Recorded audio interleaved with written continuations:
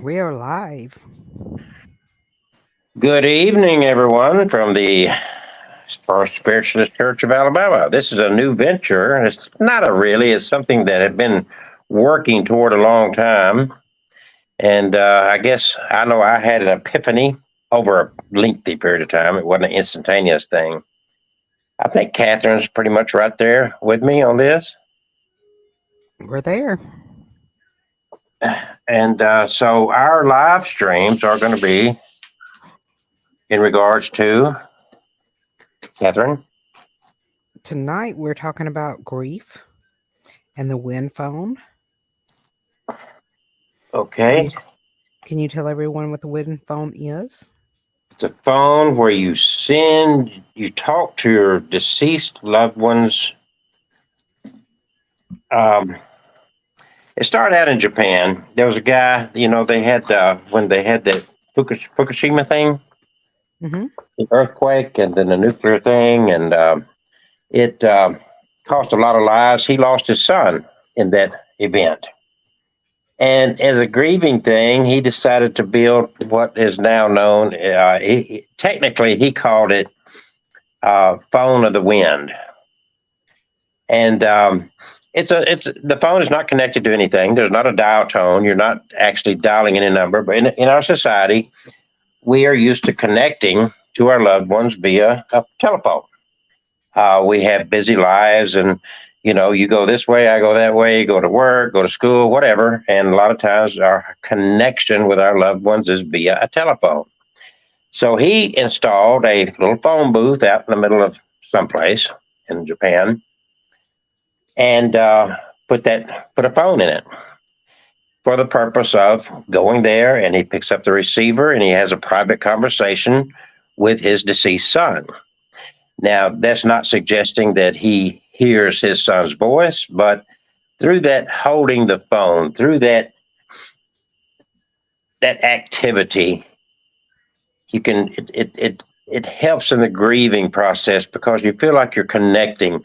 A lot of times, especially like in his case, someone dies without warning. And even when there is warning, you look back and you reflect, and you're in the grieving state, and you think, "Oh, I wished I had said this. I wished I hadn't lost my temper. I wished I'd whatever." And this gives you a way to find peace and solace and to connect in a very spiritual and strong way. They begin to spring up throughout the United States. The closest one to us is up here in Tennessee, where I am now. I forget exactly where. I think there's one in the Nashville area. And people really do benefit from it. Some of them, and which I plan to do with the first one we're putting up, um, put a notepad and a piece and a pen and paper and envelopes, and there's a mailbox so that you can actually write a letter to your deceased loved one and deposit it in that mailbox. It just it's gives you a way to release and to feel like you have, in some sense, closed a door. In other words, I didn't say what I wanted to say, and it gives you a chance to say those words privately, intimately. You're voicing it out. It's actually carried away to the wind, out into the universe, wherever you think that your dearly departed actually go to upon death.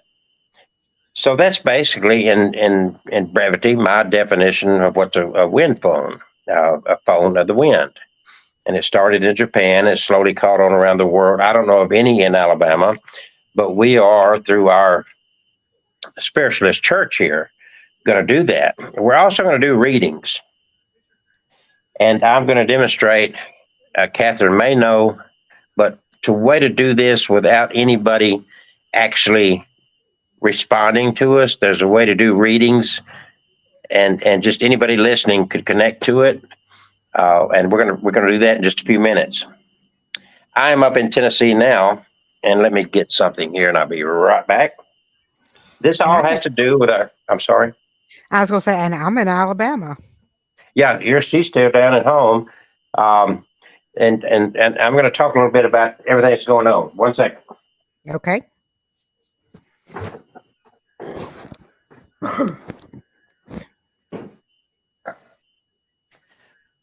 I travel sometimes quite a bit for weddings. Last year, I forget exactly what month, it's been a little while now, I was up in Northeast Tennessee, Cumberland Gap area, doing a wedding for a couple. And when I make a journey, I always like to look for some interesting, quirky place and do a little video.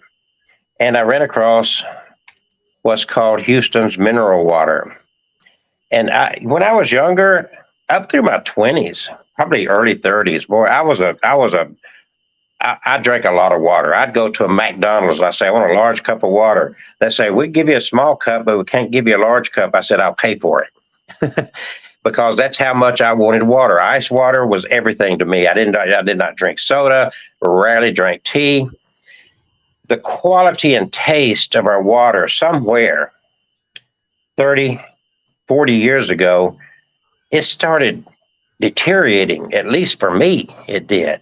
It wasn't the same. And like a lot of our people, a lot in our culture, I became hooked on tea and sodas and whatnot, and then my intake of water just decreased horribly. Well, anyway, I wasn't thinking about getting back into drinking water heavy again.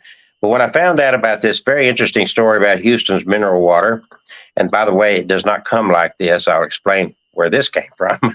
Long story, and I can't make it too short. So after I finished the wedding, I came back through. So I said, well, New Market, Tennessee is not far off the beaten path of going home. I'm going to stop there and I'm going to check out what this Houston's mineral water is all about. Brief story. Early part of the 20th century, a band by the name of A.W. Houston in New Market, Tennessee. He owned a general store and they lived next door to the general store. Well known in New Market, which is a small town, but well known regardless. Not terribly far from Knoxville area, maybe 20, 30 minutes. Anyway, in his 40s, he began to have kidney problems. He was diagnosed, he had kidney stones. His kidneys were just really in horrible shape. He was seeing all the doctors that he could find to work with him. He was not improving. And finally, a doctor told him, said, there's nothing we can do, and you're going to die. He was given a diagnosis of death. And so at that point, he at home, and he called his sons around him. He told them, he said, I've been told I'm going to die. This is what's wrong. I want y'all to get prepared to take over the family business, which is this general store, and, take care of things once I'm gone. That night, or a couple of nights after that, he had a visitation, he says, from an angel, he claims, that told him that if he would go out so many feet out into his back area behind his house and dig a well 250 feet deep, that he would run across water, and that if he drank that water, he would be cured. So the next day, he got some guys together and he walked out. He measured off to where the angel told him to go, and he had them start digging for water. They went down to about 100 feet. They struck water. They said, Mr. Houston, we found water. He said, that's not deep enough. It's got to be 250 feet. Keep digging. So they capped that one off and they kept digging. They got down to, 180 feet, struck water again. Mr. Houston, we struck water again. How deep is it? It's not 250 feet. Keep going. The angel said 250 feet. So they kept going, and exactly at 250 feet, they struck water. So Mr. Houston started drinking the water. And at a short time, his kidney issues were over with. It was resolved. He was so pleased with it, and also the taste of the water. It was clear, clean. It's been tested multiple times. It's great water. So he started giving it out to the community. At some point, some local pharmacists, drugstores, what there were back then before we had the big chains, they wanted to say, let's take this and bottle it and sell it. And he refused to let them. He wanted the community to have it. Well, he eventually died, 79 years of age, and did not die of kidney problems. He died because he had an accident on the farm and busted his skull open. Had nothing to do with this disease. But he lived to be 79. That was a good And he, 30 years or more than what the and he doctor was told him. working. He was working on the farm. And he was working out there. So anyway, his son took over. And for a while there, they actually bottled it and sold it. And then that son died, and the next son said, we can't do that anymore. So he built a structure, a pump, and it's an honor system. You go there to this day. It's open from 8 a.m. to 8 p.m. And you bring your own container and you collect the water from the pump. It looks just like a water faucet. And the honor system is to give them 50 cents a gallon of the water you take so they can maintain the facility. And I've been there 2 times or 3 times, 2 times, I guess. This will be my Nice. 3rd trip. I'm back to drinking water. Whether it has any great healing properties to it, I cannot say because I had nothing wrong with me, basically, to begin with. But I say this, I'm back to drinking water. Pardon? I said nothing but meanness. Yeah, but I'm full of that. Bottom line is, I'm back to drinking water. It's wonderful water. And the way it's set up, if you can't get to Mooney Market, Tennessee, you can't get the water. Now, so I'm collecting it, and this is my bottling. We got our First Spiritualist Church logo on there, and we also have Houston's mineral water. We're not selling the water. The water is not for sale. But we do want to be compensated for going there, collecting the water. Okay? I buy these bottles. I pay for this from my pocket. And so we want to use this to help support our church activities and to get this water out to anybody who may need or want the best water I've ever run across in my 68 years of life. This, my friends, is awesome. And you can find more about it, of course, on our church website. So there is that. And now we've also talked about the phone, the phone of the wind. Now, I've written a lot in my life, and 2020 came along, and I've saved writings on my hard drives and whatnot. And so 2020 came along, and the other thing that Catherine and I do is weddings, and weddings came to almost a screeching halt because of the pandemic. So I and my wife was on disability, and I was also a caregiver. So I was, like a lot of Americans, even the ones that were not caregivers, we were kind of stuck at home. You couldn't even go out and eat, and everything was, what it was. So I used that time to get these books out, and one of them, because of my personal experiences, what does that say? Journey of Grief and Loss. That's right.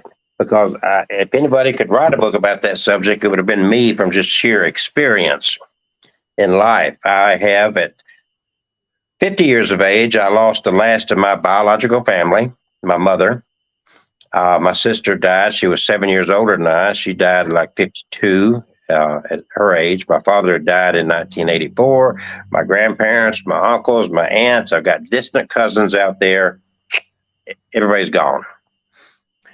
And on top of that, before I ended up permanently in Alabama, I had bought a houseboat, and I lived on the Hiawassee River up here in Tennessee. Tornado came, and I lost everything due to that. It sank my boat. So I've had losses on a lot of different areas, and loss does not mean just the loss of a loved one.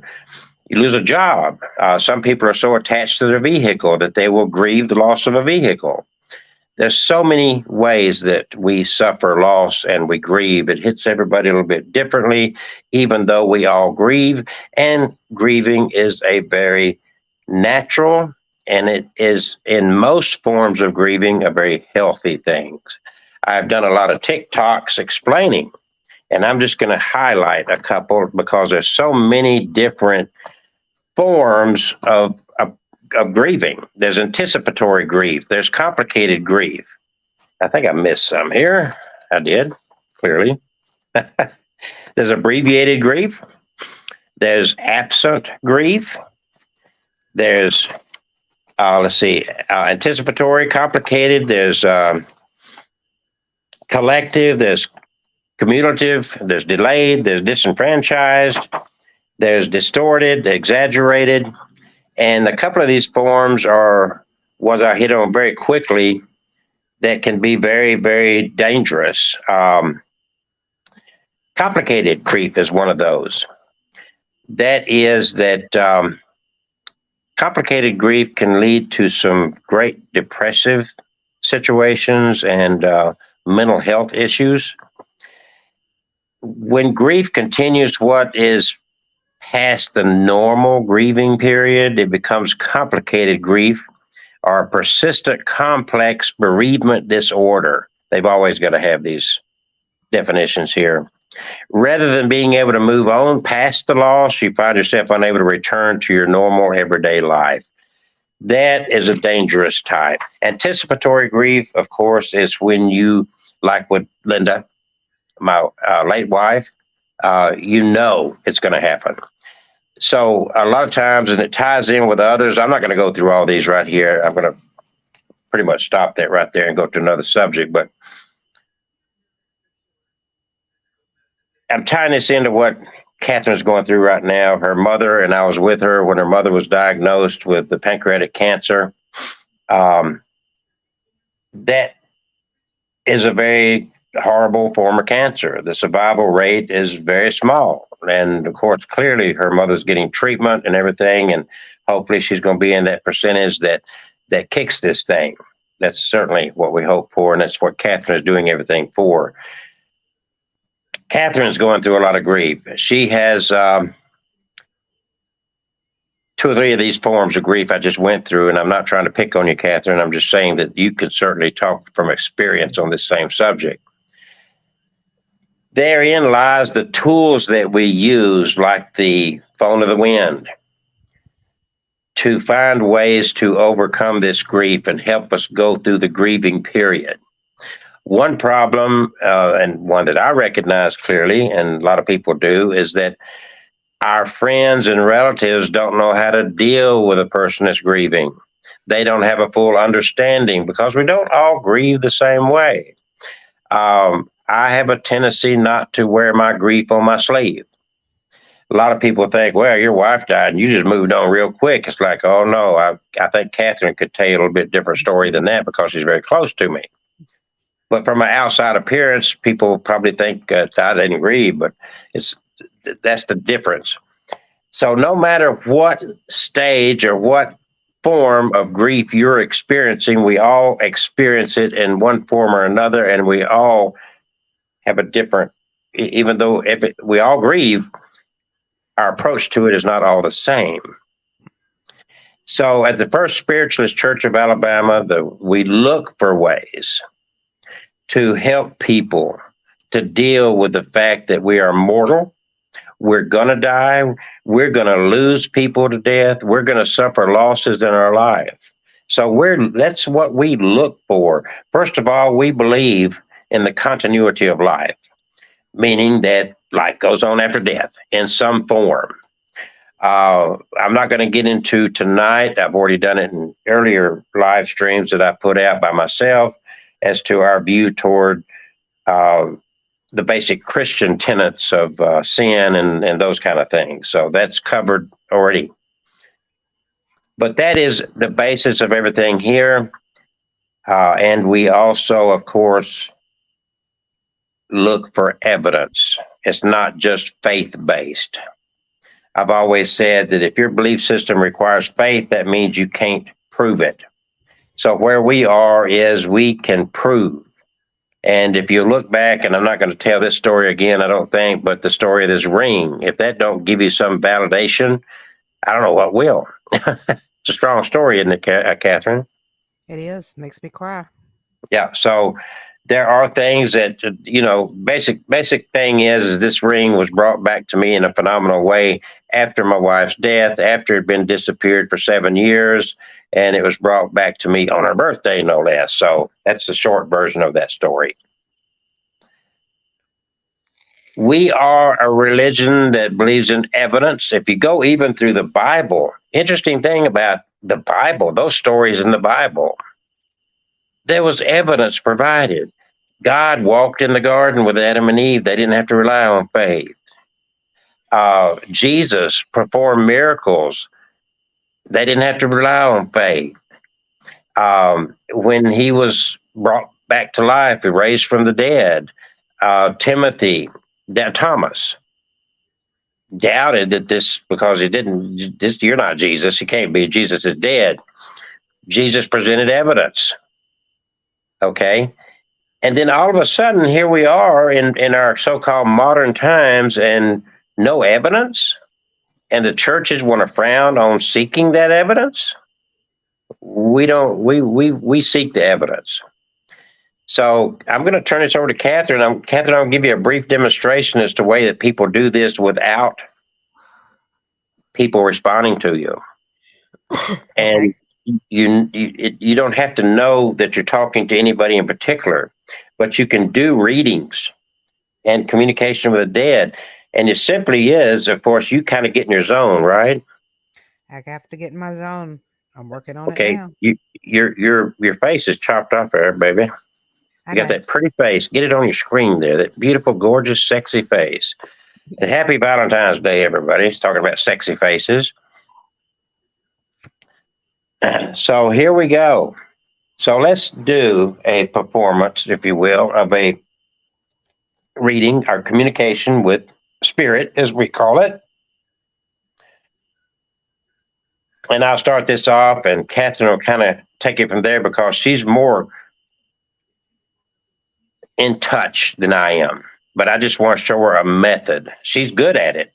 But for doing it on a live stream, I want to show her a method. She may already know it, so I'm not trying to insult you, Catherine, okay? I understand. You may already know it. So we're live streaming First Spiritualist Church of Alabama. Peace and love, everyone. We are now going to seek communication with spirit.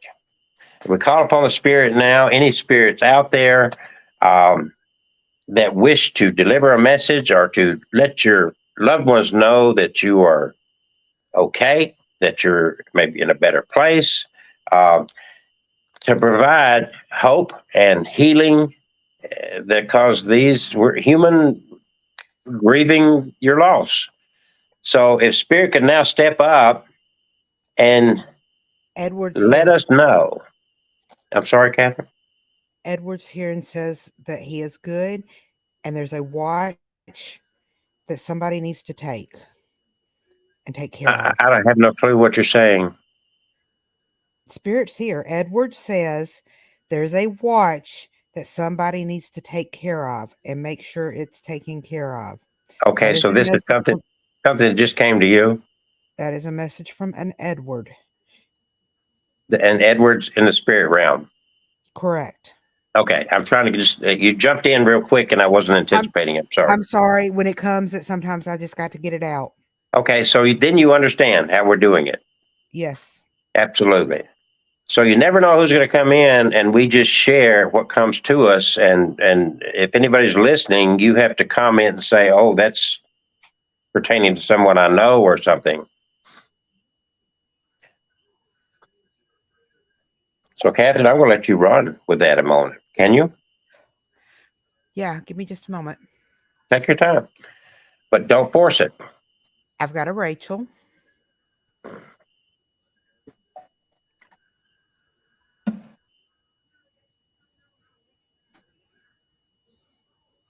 She's got I'm long here. brown hair. She's got long brown hair. She wore it tied up.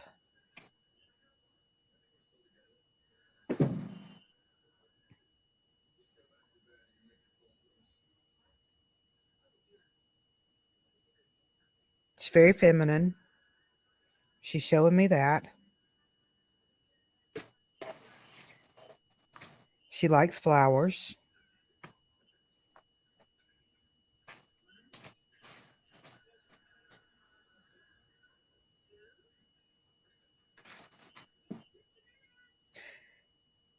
The bookshelf is where whatever you're looking for is. It's close to the bookshelf.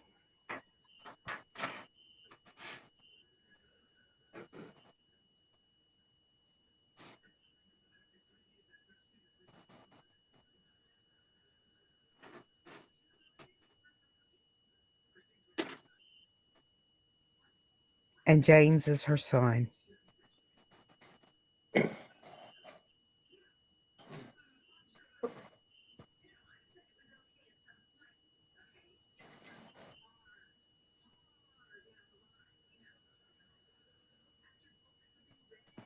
Sarah was driving a red car.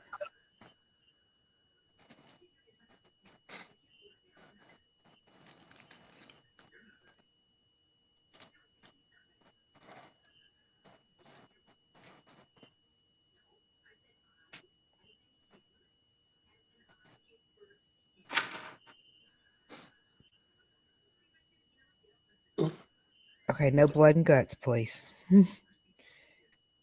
I can handle just the messages, please. No graphic scenes for me, please.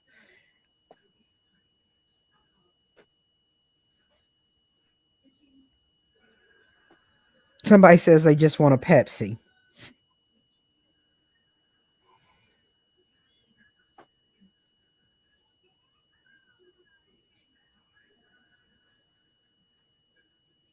Majority on the other side are happy. On this side, and then you've got the other side. But the majority of them show me happy stuff.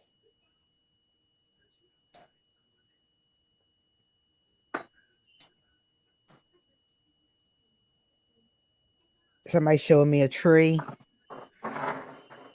It's a big tree, and there's chickens close by.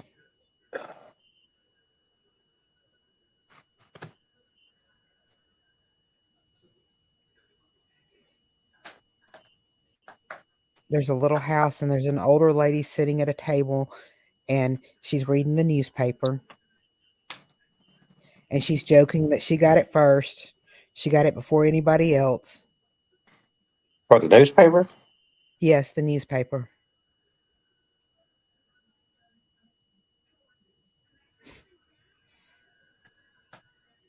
She likes the comics, and she likes doing the crossword puzzles.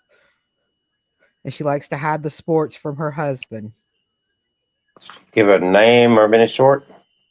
I haven't got one on this one yet.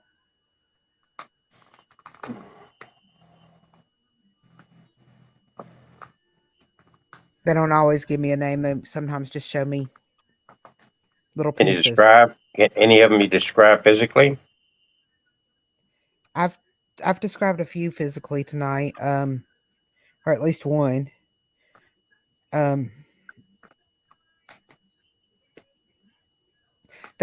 When I'm open, so many come in at a time that I have to decide. You understand what I'm saying? They're all talking to me at once, and I've got Tell them to. to slow down. They got to slow down so I can understand them and see them.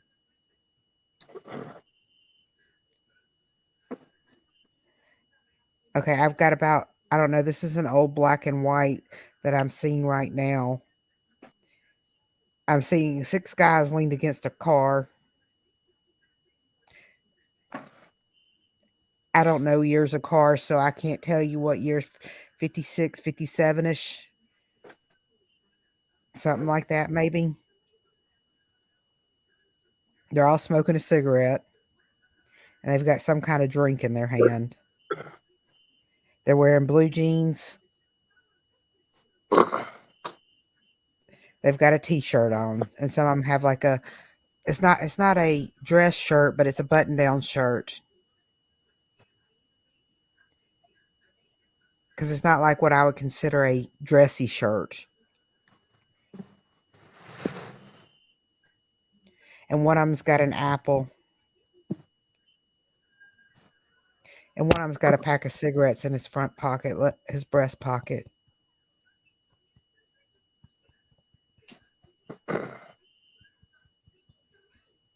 What's your name?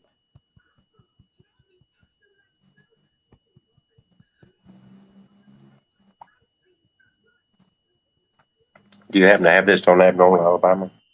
I do not. Claude? Clyde? Clyde? It's Clyde. Who are your friends?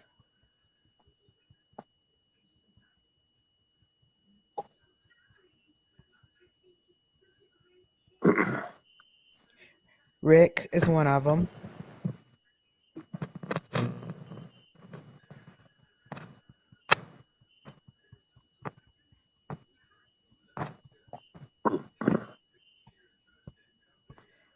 There's a Mike. There's a Clyde, Rick, and Mike.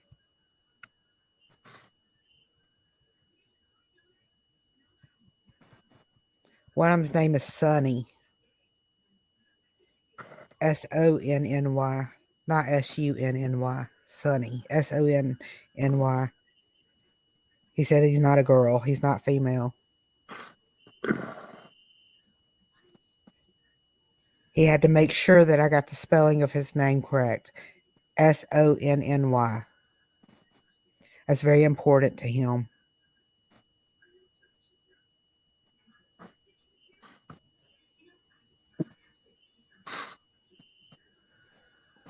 And they're fading.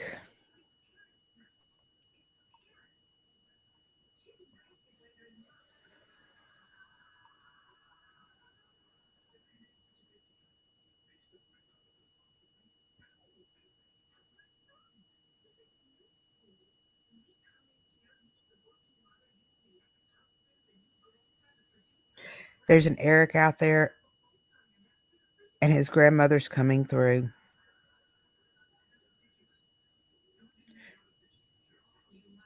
She worked in an office, possibly at a school, a college, something to that nature. There's a lot of kids around.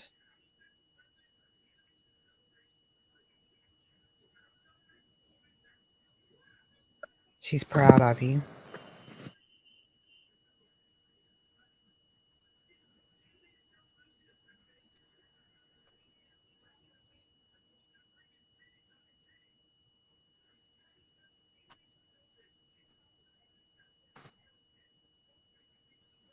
She's going through a lot right now.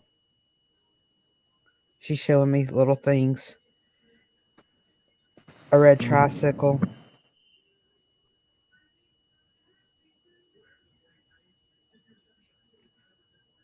She's talking about something about your favorite toy.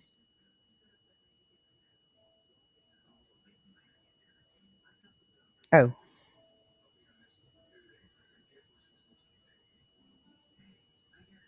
It was a monkey and it had overalls on. She said you dragged that thing around everywhere.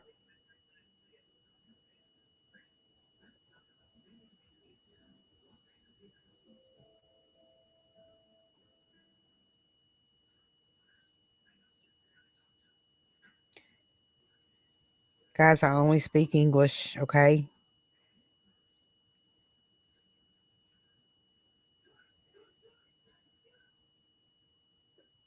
And if you're not coming through real well, I cannot say the words you're saying.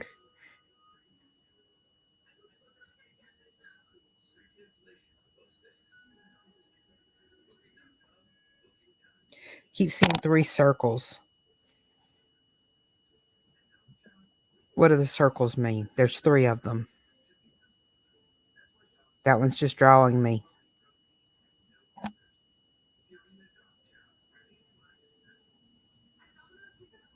Is it a logo?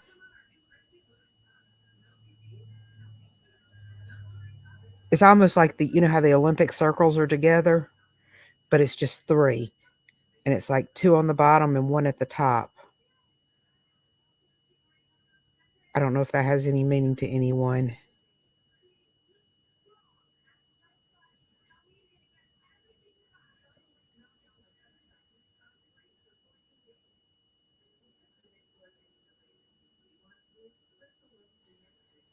Ooh, suddenly got cold.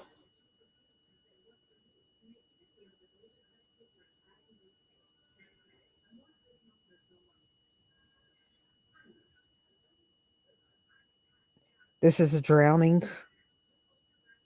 Lots of water. Allison, something to that nature. Allie.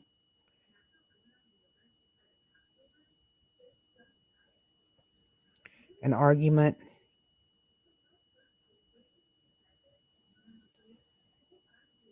But rest.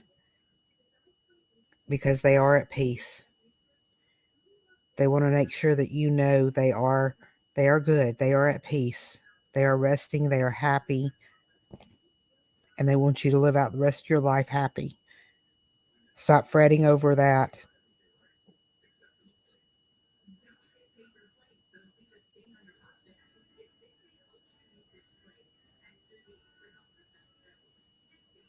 No.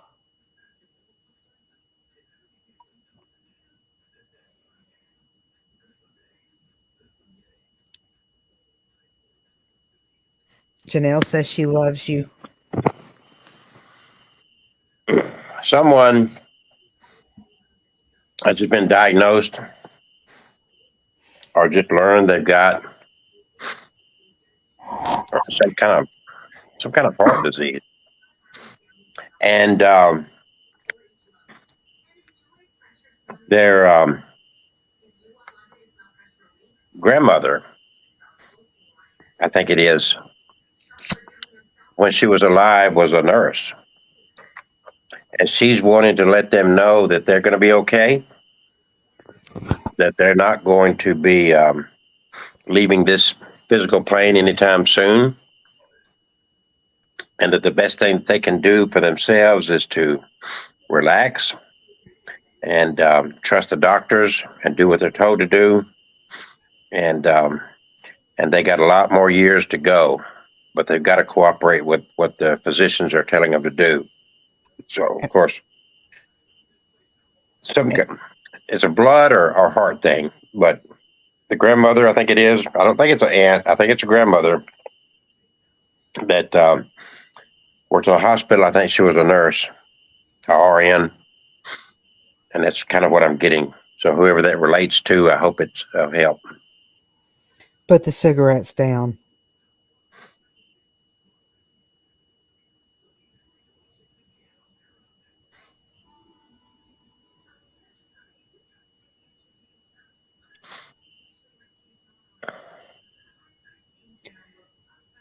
Green blanket.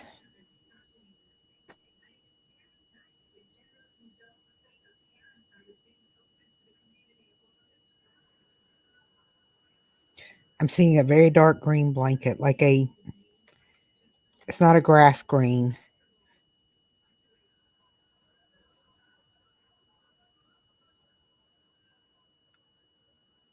What's the blanket got to do?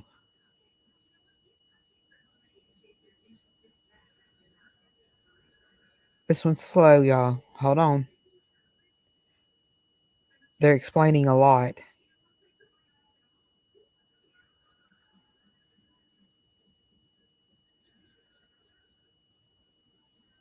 Blanket's got yellow trim.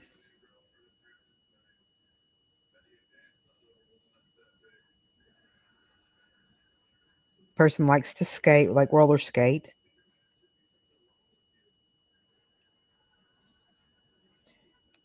Amy.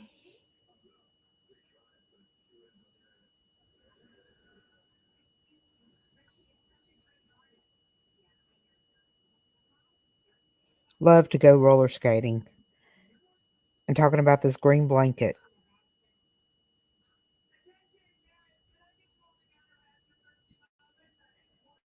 Her mother or her grandmother, I can't tell which one it actually is. Is it your mother or your grandmother? It's your grandmother. She sewed the blanket for her.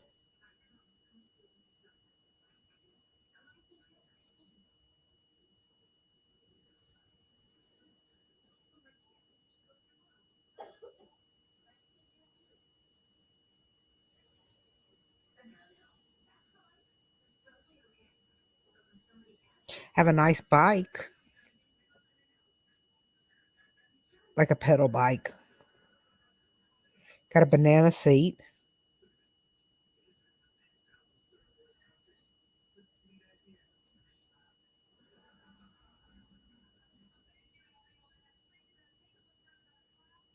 Somebody's sick, but it's not like sick, but it used to be something that was deadly, but is no longer deadly in our world today. There is a kind of a middle-aged gentleman, either a uncle or maybe a father. It's either Rob or Bob, but he was a jokester. He loved to laugh and have fun, make people laugh, and he was also had a very romantic side to him.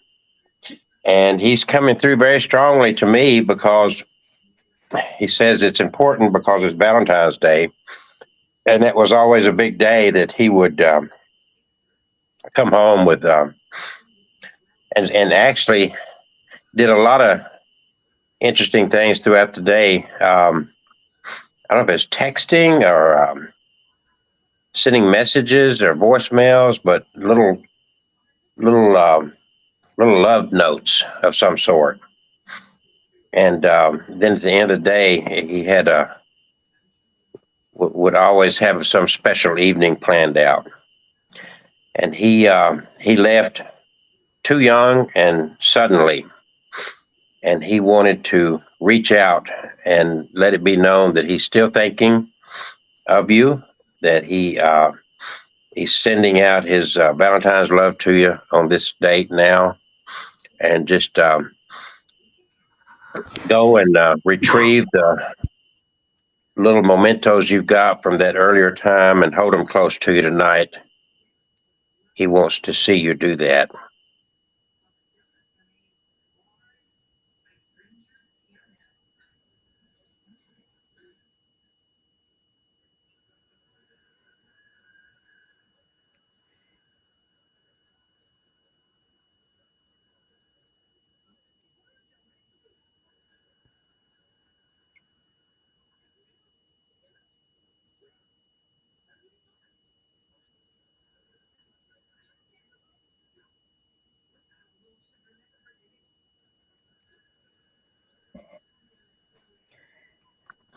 I'm sorry.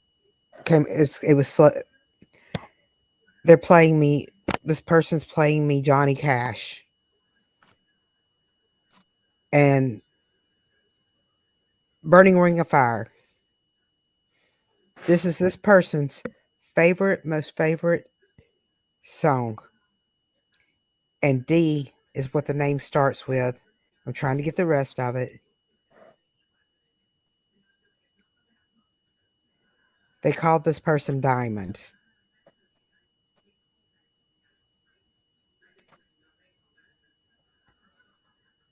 And they love Johnny Cash.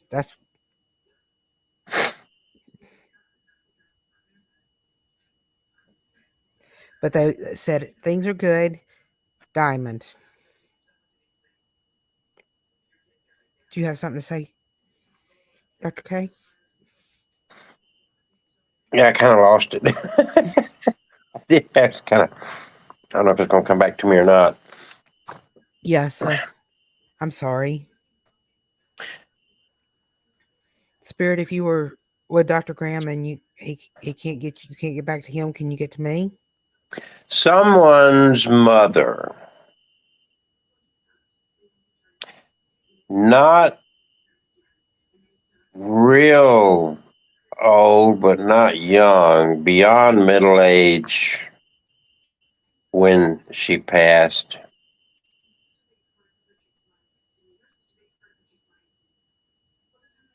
Rebecca. She liked to read, and she also wrote a lot of like poetry and prose and whatnot. And she wanted me to share a little quote from Ralph Waldo Emerson. So if you know your relative, or your mother, or and you know that they like to read, especially things like Ralph Waldo Emerson, this is the quote she wanted to share. So if this could pertain to anybody really, and it good for all of us. This little quote that she shared, but it was in particular for you, whomever. I can't identify who you are. You'll know. When it is darkest, we can see the stars. She wants you to remember that. When it is the darkest, we can see the stars. Do you get the meaning of that?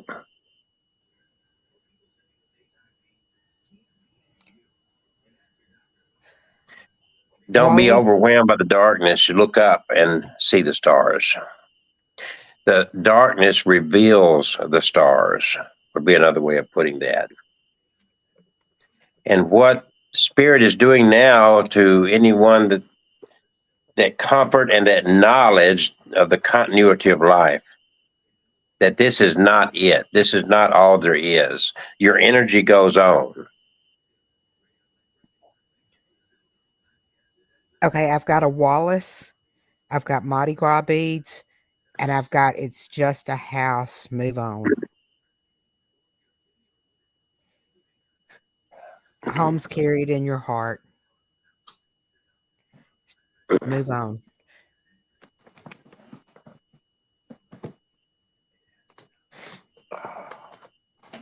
Randall?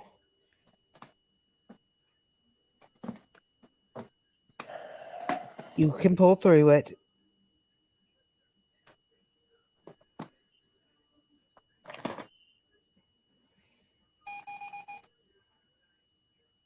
What was that? That's what I thought it was. Not trying to use it. I just was looking for something else, and it was in my case here.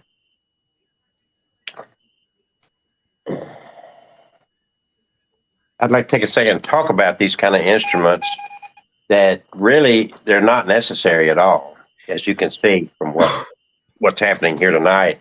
And this is part of our service. We also do a healing service that we're going to get into, and we're going to start having, I guess, face-to-face meetings. In other words, in-person meetings as well as over the internet. The healing services, and Catherine, just interrupt me anytime something comes through. I'm just feeling and talking here. But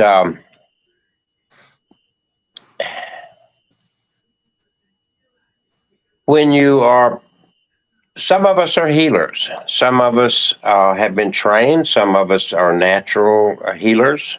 Anybody can be a healer, just like anybody can be a medium. We all have that ability in us.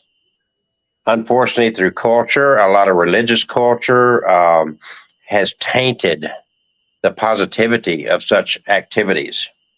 And again, if you read the Bible, even, it's full of this kind of stuff. This is not. You got to understand that having proof, having validation of these things is a big thing. It's not just an emotion. It's not just a feeling. It is a real contact. And any of the things that we've said here tonight, if it rings true with you, let it be known. We're not looking to gain any popularity out of it, but it does feel good to know that that Spirit has reached out to someone and the message got through. That's very important. That you've gotten some kind of validation. It gives you comfort. It gives you hope. It gives you a peace that maybe you wouldn't have found. And again, that's the purpose of the phone of the wind phone, and to provide that comfort and that peace, that knowing, not just a belief. If you say I've got a belief, what's your belief? Well, I'm not interested in your belief. I'm interested in what you know. A big difference. When you say I believe something, that means that, well, I believe. If you stood in a court of law and you're called to testify, and they'd subpoenaed you to testify in this trial, and they called you up there, and the prosecuting attorney says, ask you a direct question of, did you see something? And your response is, well, I believe it was him. That's not going to pass it. That's not going to get that's not a positive. In other words, you believe, but you don't know. You would get drilled to no end, and your testimony would be thrown out because you didn't know. You just believed. Well, I believed it was him. Why do you believe that? Well, I just believe it. I just feel it. I mean, it's kind of like the way Christians do, and I'm not trying to dog Christianity out. We're trying to advance things to a level because there is proof. There is a knowing. Your Savior is knowledge. That's why you run to a medical doctor when you get sick. That's why you run to an expert. When your car breaks down, unless you are very knowledgeable about cars and have the tools, you take it to a mechanic. Your dishwasher breaks down. Anything that happens in life, you go to someone that's trained to deal with that because they've got the knowledge. The knowledge becomes a savior, whether it's your body, whatever we're dealing with. And just to go through life, well, I believe or I have faith, that is not knowledge. What we seek and what we offer through the First Spiritualist Church is knowledge, validation. When you hear these stories, when you hear what Spirit has told us tonight, if it touched you in any way, if it's like, God, that was my granddad or that was my mother, it hit. Then you have a knowing because there's validation. We couldn't, if Spirit hadn't shared these things with us, we couldn't come up with this. I have a Joseph.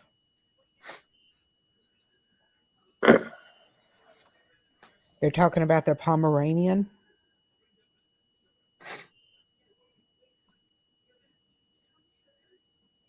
They love that damn dog. And the word damn is like quotation underline. You get the word damn. That was their saying. I love that damn dog.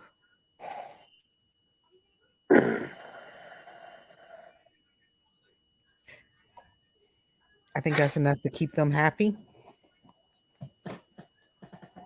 I'm sorry. They came through quick, hard.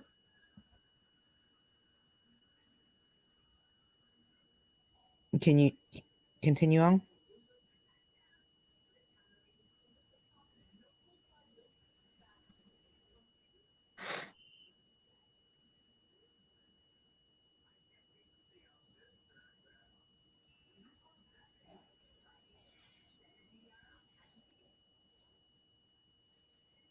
Look in the mirror, Kelsey.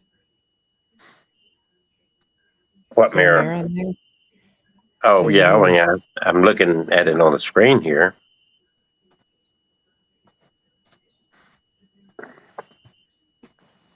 That's just a round mirror on the wall behind me.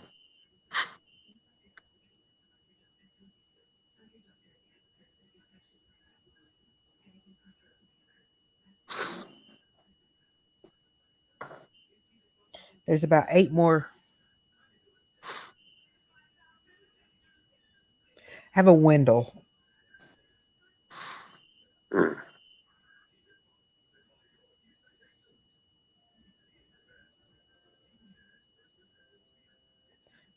Wendell says, make sure you get your left breast checked out.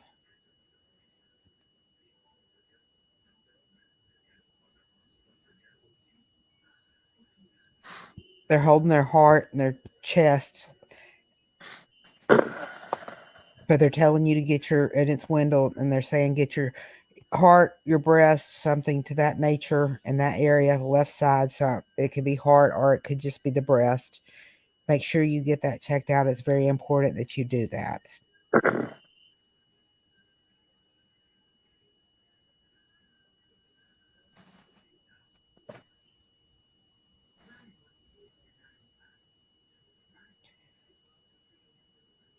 Tim is saying that he likes it's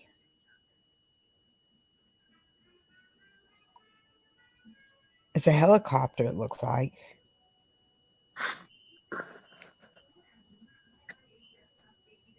He's dressed in, like, I don't know, what do you call those army things? Fatigues. Yes, fatigues.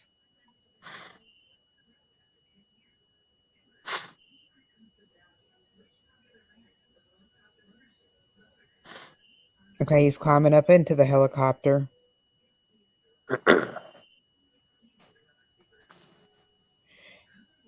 He's got the biggest smile on his face.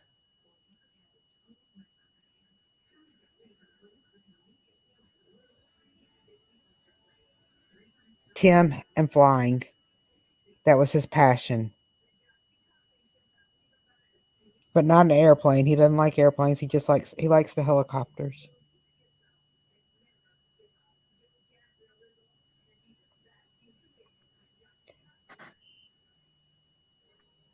Haven't had very many. I mean, I've had a couple of females tonight, but not very many. There's a Joel trying to come through.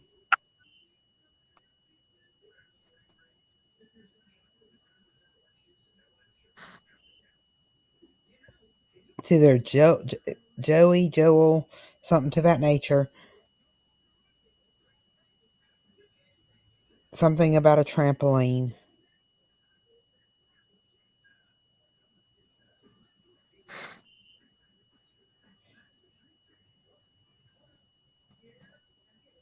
And it wasn't a round trampoline, it was a square trampoline. Like a rectangle, I guess it would be.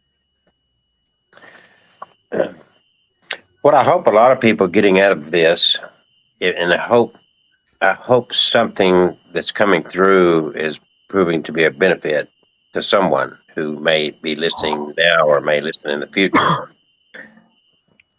You're never truly alone, and that's a wonderful thing about the continuity of life. I've lost, and this is very important to me because I've lost all my family, my aunts, my uncles, my grandparents, favorite cousins, I'll say. And after my wife died last year, there was a period of time to where I felt very isolated and very alone. God, I wish you wouldn't do that. That's loud. Sounds like you're on a breathing machine. Anyway, what happened to me December 6th changed my entire. It gives you a feeling that you're never truly alone, and you're not. And that's why what we do here is it not only gives us valid proof of what's taking place, that there is a continuity of life, that it doesn't end at death of the physical, but also that you are never truly alone. They are to comfort you, and we also have what's called spirit guides. Some say guardian angels, whatever. These spirit guides can be spirits of what was humans at one point. But you're never truly alone. And I think even Catherine can attest to how my attitude, my whole demeanor changed after that event on December 6th. Was that recognizable at all? Most definitely. You were. I wouldn't say you were depressed, but you were pushing those limits. And I wasn't what you would call extremely happy about my circumstances, was I? No. I think that her showing you that she was safe and she was happy and well, and she was thinking about you. What I went through, what she went through during the years that I provided caregiving to her, and then once she took her final breath, and it's normal. I went through the period of time of, gosh, I wished I had been more patient with her. I wish this, I wish that, because it was very trying, because she had reached the point to where she couldn't get to a toilet, and then eventually where she couldn't get out of bed nor even lift her head off her pillow. And I was tired. And when you're tired, you may speak sharply, you may snap, and so you go through those feelings of regret and sorrow. That's the purpose of the phone of the wind, so you can connect and you can express those things to the wind, as it were, that reaches out into the universe. So when this miracle happened with this return of this ring, it gave me comfort to forgive myself, because I felt like that was maybe a way of her connecting and saying, it's okay. You did the best you could. You understand what I'm saying? That's exactly. And so here, and here's the ring, and she knows now. I don't know if she knew while she was alive how diligently I looked for this ring, but clearly she knows now. So I think that has that changed my view totally. So and that's why Catherine and I both. She's been through her own stuff, and she's going through a lot of stuff now. And so this is our way of kind of giving back and kind of hoping that we can help touch lives to bring peace and I don't like to use the word closure because there's never any really closure. It never goes away. You learn to move on, but moving on does not mean letting go. There's a difference. That's explained in this book here. The difference between moving on and letting go. So yeah, you can move on without letting go. It's always a part of you, always will be a part of you. And just as we know they're in the spirit world, what we call the spirit, because they're in a different plane. And that's our words that we use to identify it. That doesn't mean we have a total, full understanding, but it means that we know there's some continuity of life there. And we come up with terms to describe that. And unfortunately, we fail miserably because there's so much we don't know.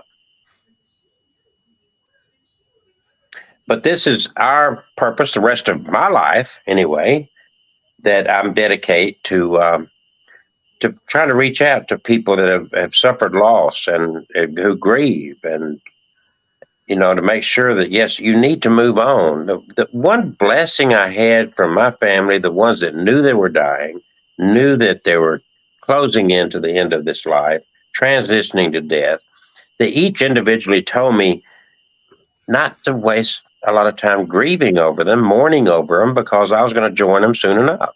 And that's true.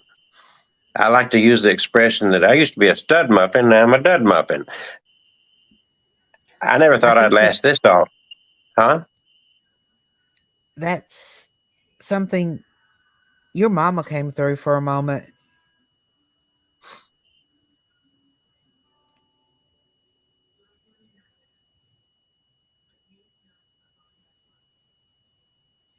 So important thing, what I'm trying to say is you can move on does not mean that you're letting go, because it's always going to be a part of you.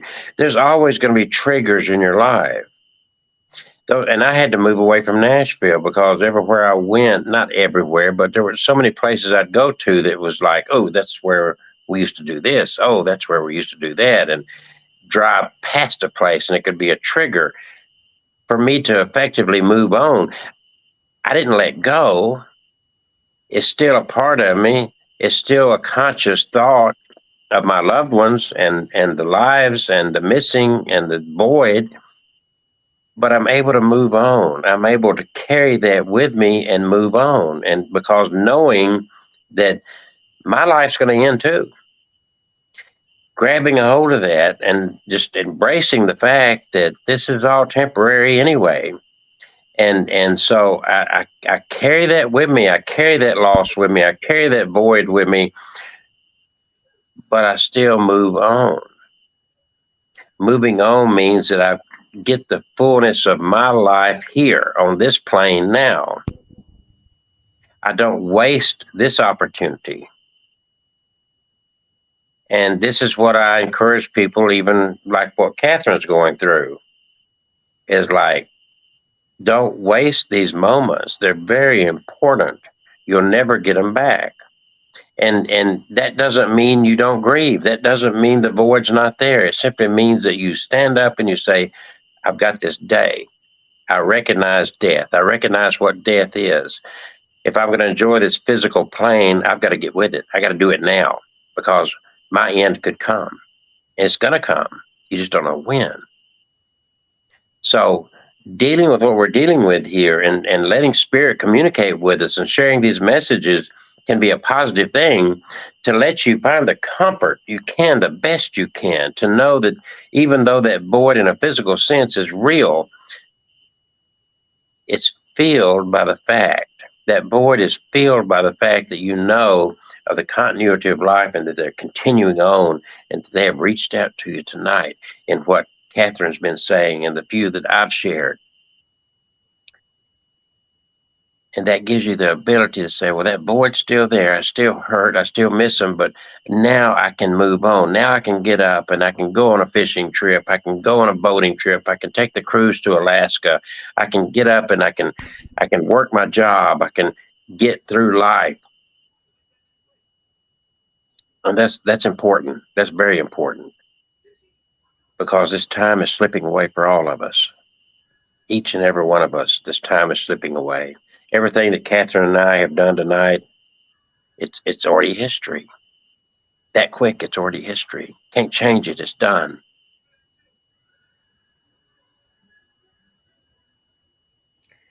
Bernie's talking about a trip in a station wagon.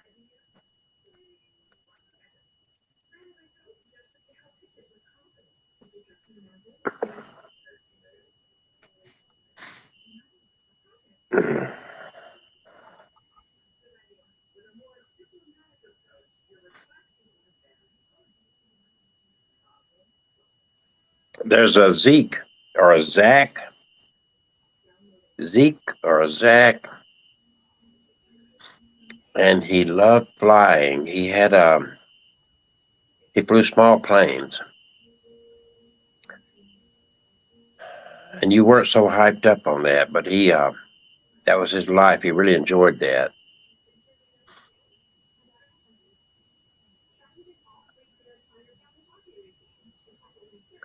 Zeke or Zach, I don't know which. Small airport, country setting.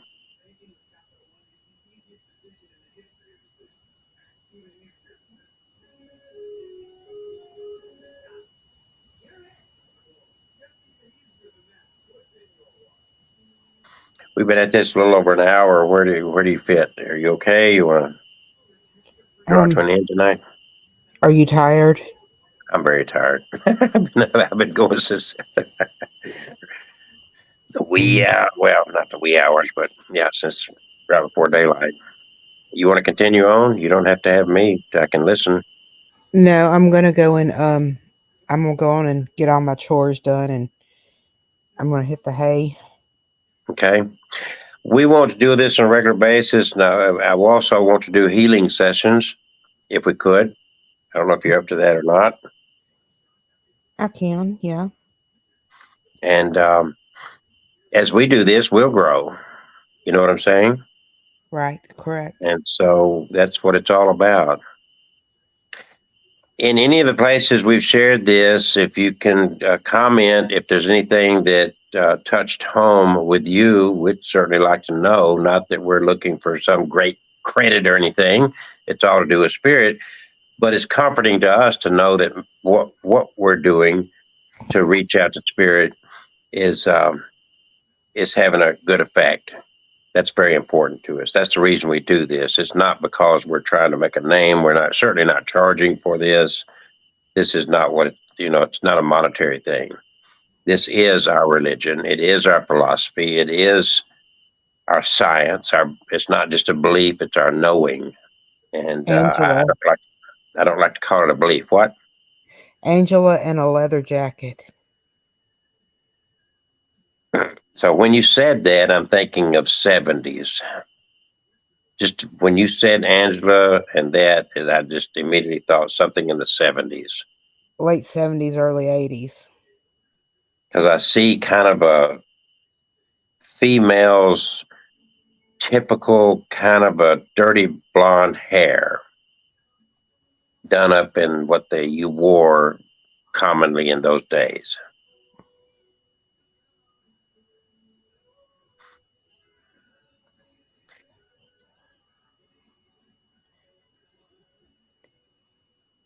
They come and go. They come and go. That song just fits that perfectly. Karma Chameleon. Yep.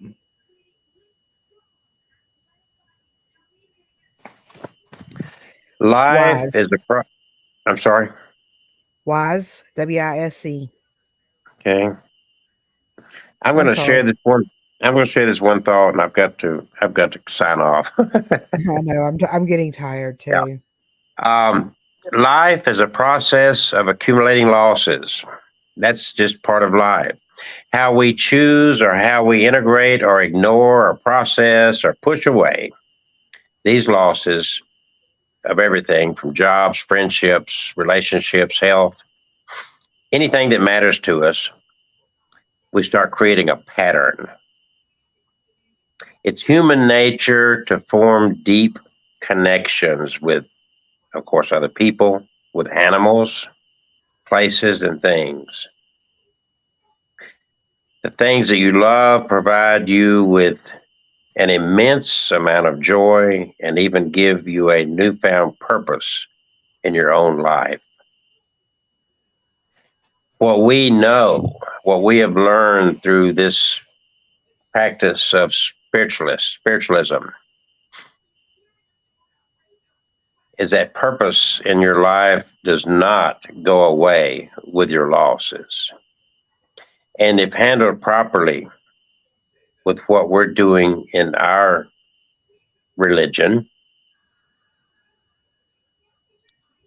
each day it can give you a newfound purpose in your life, a new reason to get up every day. It's hard to be positive, but we each have our own journey through grieving. If you need to talk to someone, reach out. Don't steer away from the subject. Get it out, deal with it, hit it head on, communicate. And for those who are seeking to reach out and aid somebody that's grieving, the absolute best way to deal with someone grieving is simply to listen. Because at the end, there's really no words. Just listen.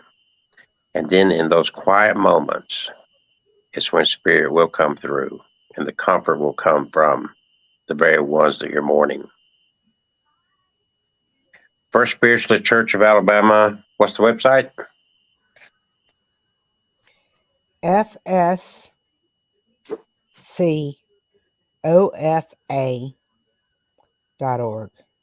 AL. AL.org. I'm sorry. There you go. www.fscofal.org. First Spiritualist Church of Alabama. I'm sorry. You know we're Pardon? all broken. You know we're all broken, right? Of course. But you know that's how the light gets in. So go to our website. You'll learn more about what our religion is. You'll learn more about the Houston's mineral water and how we can help you there if you so desire. You'll also learn more about the Phone of the Wind. And as we get those set up around throughout the South, we will map those out for you on the website so you'll know where to find them. And at each of those locations will be a place to where you can have one of my books. I just ordered a great quantity of them. And there'll be a little donation box there. It's an honor system.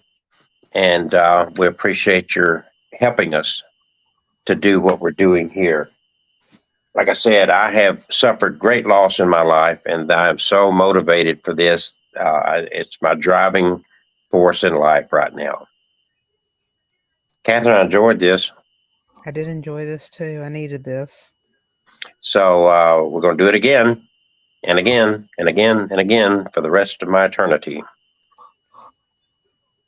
Sounds like a winner. Peace and love. And folks, don't be afraid. And love yourself. That's what your loved ones would want for you. Absolutely. So let's say good night. Good night, everyone. Thank you for joining.